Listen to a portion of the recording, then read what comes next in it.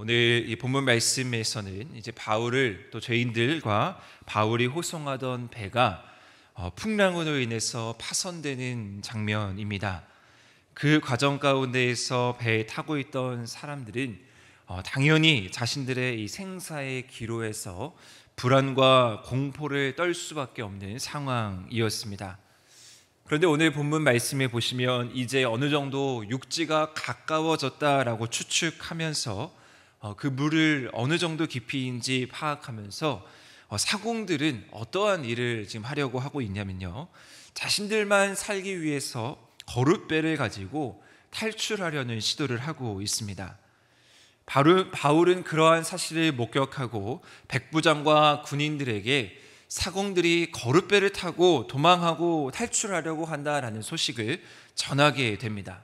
그러면서 바울은 그들에게 뭐라고 얘기하냐면, 그 사공들이 이 배에 있지 않으면 구원을 얻지 못한다라고 이야기하고 있습니다. 그러자 군인들이 그 사공들이 배에 탈출하려고 하는 그 거룻배를 끊어버리게 되죠.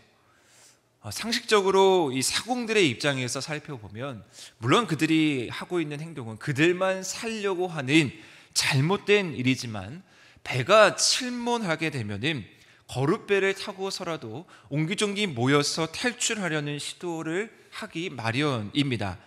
그런데 바울은 침몰하고 있는 그 배 가운데에서 도리어 그들 가운데 모두에게 배에 있으라고 이야기하죠.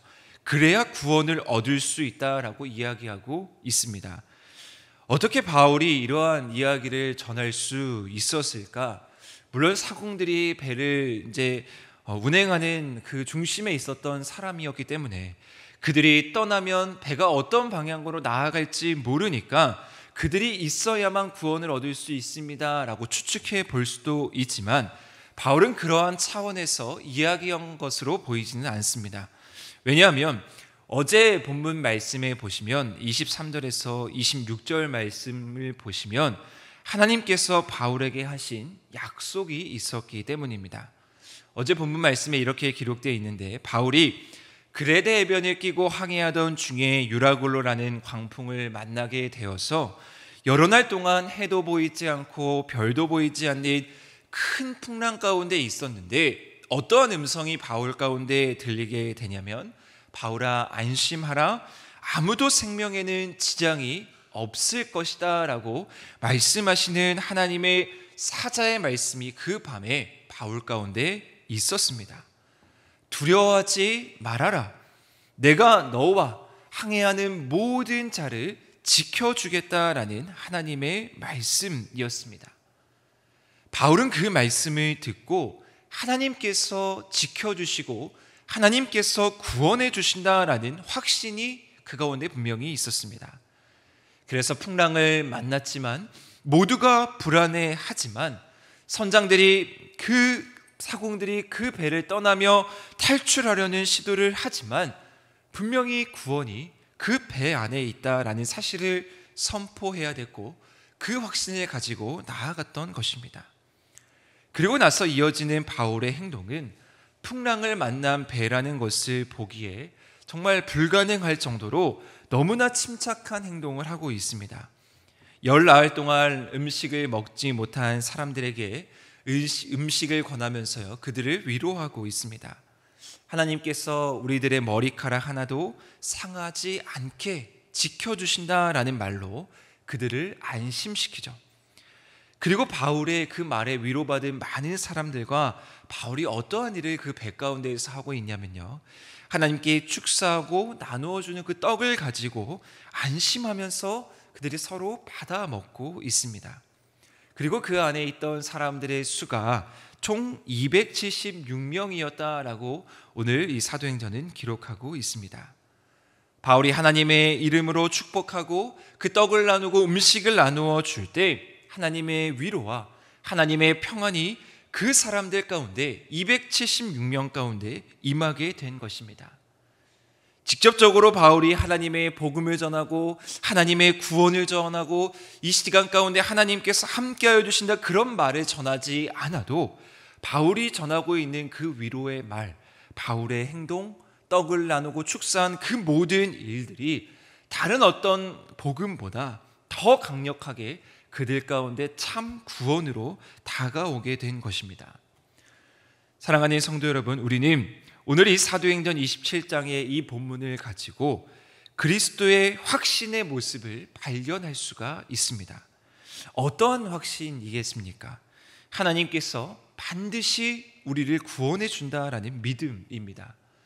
불안하고 앞이 보이지 않고 깜깜하고 어두운 이 세상 가운데 하나님께서는 늘 우리에게 하나의 빛으로 구원을 베푸시는 분입니다라는 그 믿음의 고백을 가진 자가 바로 우리 그리스도인들의 모습입니다.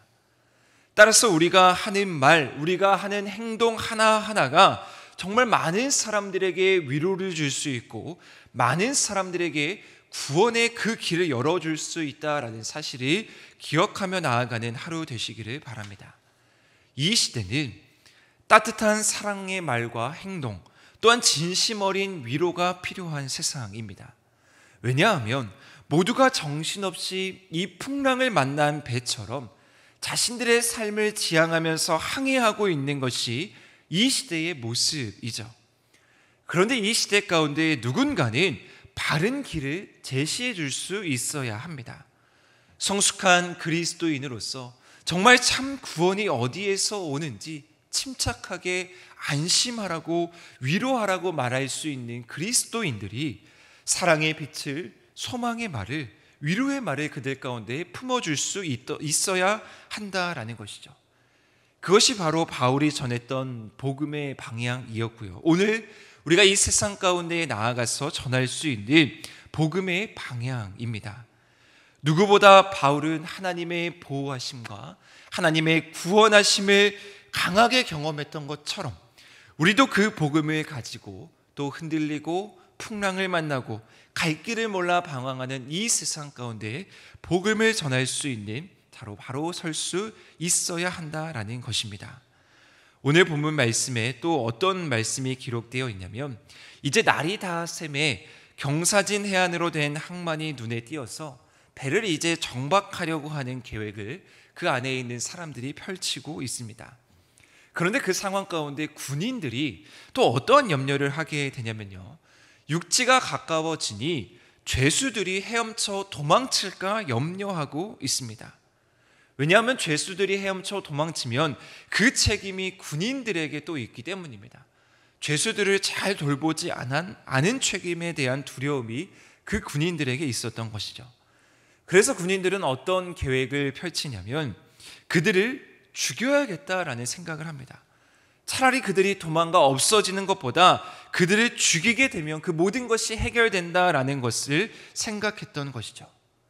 그런데 그들을 군인들이 죽이면 어떠한 일이 발생하게 됩니까? 어제 본문에 하나님께서 아무도 생명에 지장이 없습니다라는 그 바울의 말을 이루어지지 않는 꼴이 되게 되는 것이죠. 그런데 그때 백부장이 어떠한 이야기를 하냐면 죄수들을 구원해야 됩니다라는 말을 하는 것이 아니라 바울을 구원해야 하기 때문에 그 모든 자들을 그냥 내버려 두라라고 말하고 있습니다. 왜냐하면 그 죄수들 가운데에는 바울도 포함되어 있기 때문이었죠. 하나님께서는 백부장을 통해서 다시 한번 죄수들을 살려주시고 그 가운데 있는, 그 중심에 있는 바울을 살려주시는 놀라운 계획을 다시 한번 발견하게 될 수 있는 것입니다. 그래서 배가 안전하게 정박하는 그 순간까지 아무도 생명의 손상을 받지 않고 그들은 마침내 전원 모두 다 구조될 수 있게 되었습니다.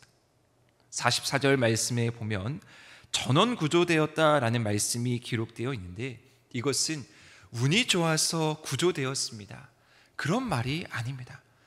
정확하게 하나님의 계획 안에서 정확하게 하나님의 말씀대로 이루어졌습니다라는 것을 의미합니다. 22절 말씀에 아무도 생명에는 아무런 손상이 없겠다라는 그 말씀이 정확하게 오늘 27장 마지막 본문에서 이루어지고 있는 모습을 우리는 발견할 수 있게 되는 것이죠. 우리의 인생의 항해도 이와 같은 모습이 아니겠습니까? 어디로 가야 할지 모르고 앞이 보이지 않고 깜깜한 그 상황 가운데 우리의 생명이 오늘 어떻게 될지 내일 어떻게 될지 모르는 그 상황 가운데 우리가 붙잡아야 할 키는 한 가지입니다. 우리의 생명을 주관하시고 우리의 생명을 붙들어 주시고 결국에는 하나님의 말씀대로 이루어 주십니다라는 그 고백이 이루어지는 삶, 그 삶을 붙들고 나아가는 것이 우리의 항해입니다. 바울과 최술과 이곳에 있는 많은 사람들의 모습이 어떻습니까? 여전히 그들의 상황은 열악하고 여전히 그들이 배가 정박했다고 할지라도 앞이 보이지 않는 상황이지만 그들은 분명히 그 가운데 있어 하나님의 구원, 하나님의 빛을 발견할 수 있게 된 것이죠. 우리의 인생 가운데에도 여러 가지 폭풍이 찾아올 수 있지만 그 가운데에서 우리가 붙들어야 하는 한 가지 사실은 무엇이냐? 하나님의 구원의 빛입니다. 오늘 풍랑을 만난 이 배 가운데에서 하나님께서 보호해 주시고 또 하나님의 섭리 가운데에서 이끌어 주시고 아무도 생명의 지장을 받지 않고 하나님께서 그들을 붙잡아 주셨던 것처럼 우리가 이 세상 가운데 바라보아야 할 유일한 분은 말씀을 성취하시고 우리를 온전한 구원으로 이끄시는 분인 하나님이다라는 사실을 잊지 않으시기를 바랍니다. 바울은 지금까지 그의 인생의 여정에서 다메섹에서 예수 그리스도를 만나고 여러 가지 환난과 핍박이 있었지만 그리고 오늘 풍랑을 만나 생명의 위협이 있었지만 그가 놓지 않았던 한 가지 분명한 사실은 예수 그리스도의 십자가와 부활이었습니다.